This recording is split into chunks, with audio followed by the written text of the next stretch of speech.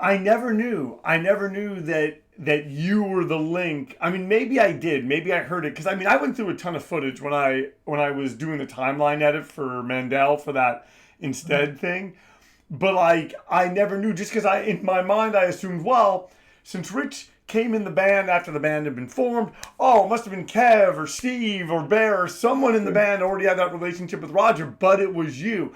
And it's really interesting to me that you're like you were so into it, like so into this music that I mean, honestly, and this is nothing against the McLaughlin brothers, but to me, it's almost like you were always in the band. You know, like Right. it's odd. You know. Thank you. Yeah. No, I think, I mean, you could tell that was, I think that's why they weren't in the band for very long, is because they were, they knew how to play instruments a little bit. They liked the records a little bit. They also liked the beach and whatever else they liked. So it wasn't something they were really into. They weren't all about it. Where Kev was all about it, and Steve was all about it. So like, there's very different. So when you got the four of us together, when I finally joined the band, that's why it stayed that way till the end. We were just all one and the same. So How does Epitaph happen? I mean, walk me through the mechanics of that because obviously at the time they were. I mean, even before the whole Offspring thing happened, Epitaph was still a premier label. Like anyone, even now, obviously you'd be stoked to be on Epitaph.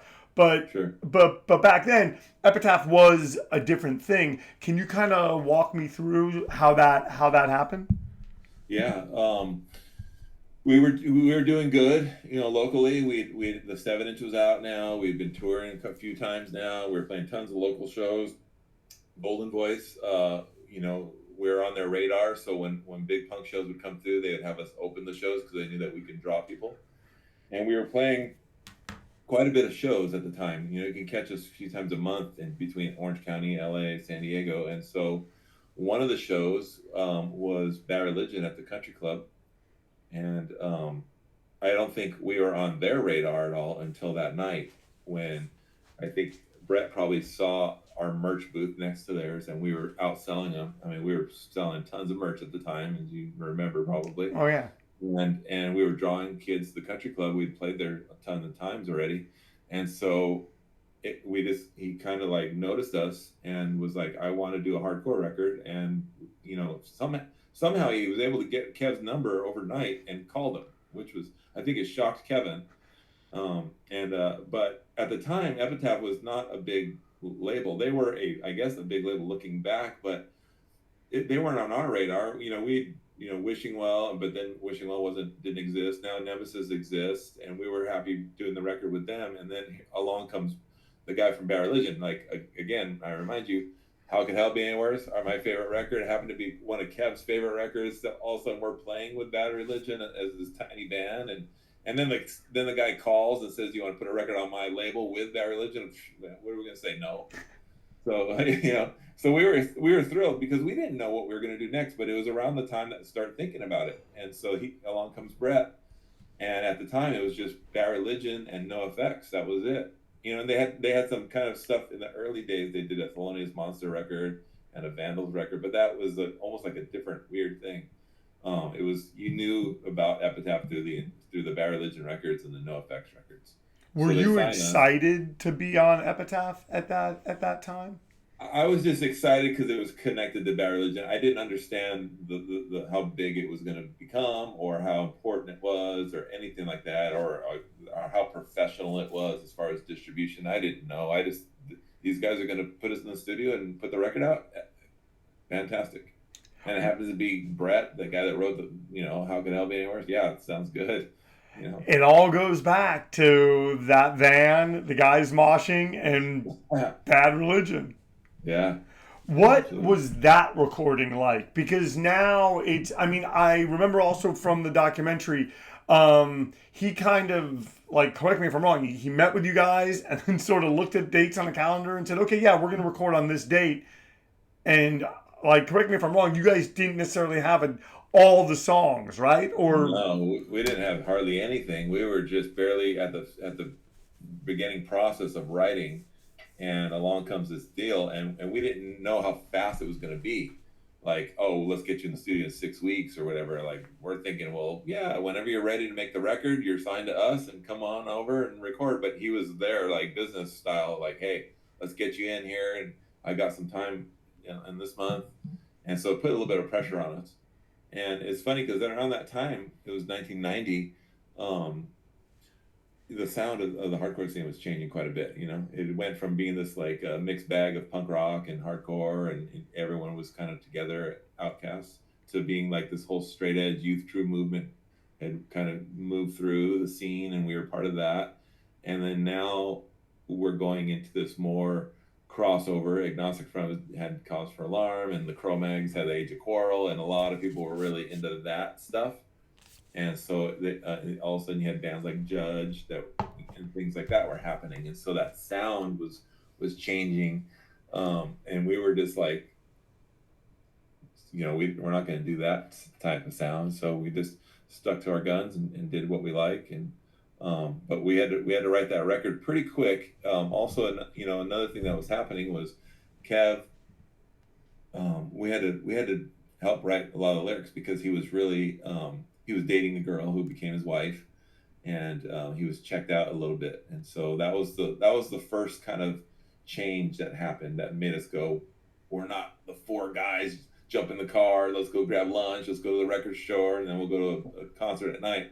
Kev was like, oh, I'm going out with Jen, whatever, and so he wasn't there 100%. So not only did we write a lot of the music, I had to chip in on a lot of the lyrics, and it was a lot of pressure. Because it was like, now we're at this level too of like Epitaph Records, and then now like we're not how we were a year ago. Is that what ultimately? Because I remember being at the show at Spanky's, which was and ultimately ended up being INSTED's last show. Because correct me if I'm wrong. Well, no, you guys toured off of What We Believe, right? Like we did. We did. We were supposed to go to Europe because at the time they had a gateway. Like Epitaph had been, or Bad Religion had been there. And they're like, okay, we're going to send you to Europe, and it's going to be great. And we're like, oh, that sounds fantastic. Another, territory to go play.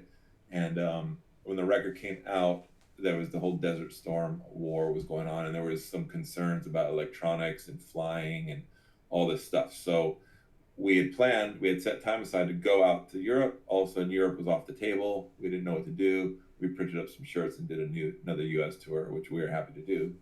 So we did that. We did tour off that. By the time we came home, though, there was, from making the record to touring, it was slightly different experience. So, and then at that point, you guys.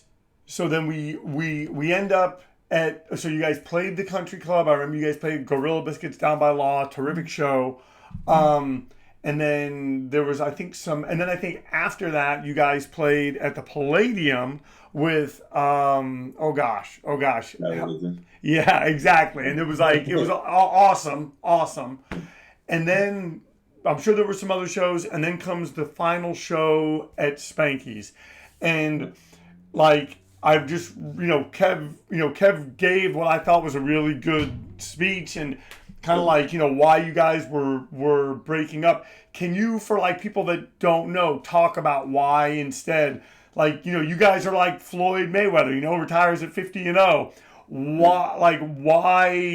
Why leave when you guys are at you guys are at the top of your game, and, your record's out, you're on the big label. Why leave? Yeah, it was hard. Looking back, it was hard for Steve and I talk about this all the time because we continued doing music for 20 years later.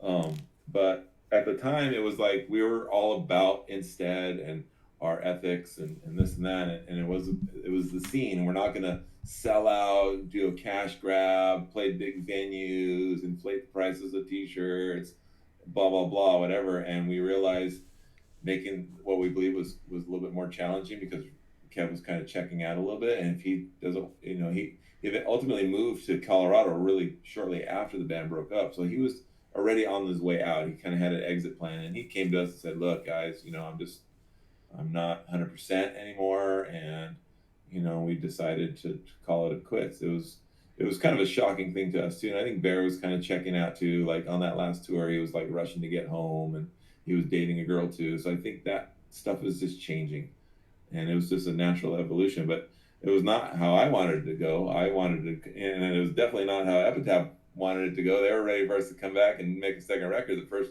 what we believed had done well, and they were excited for the next one, and we had to, break the news that he was not happy about it.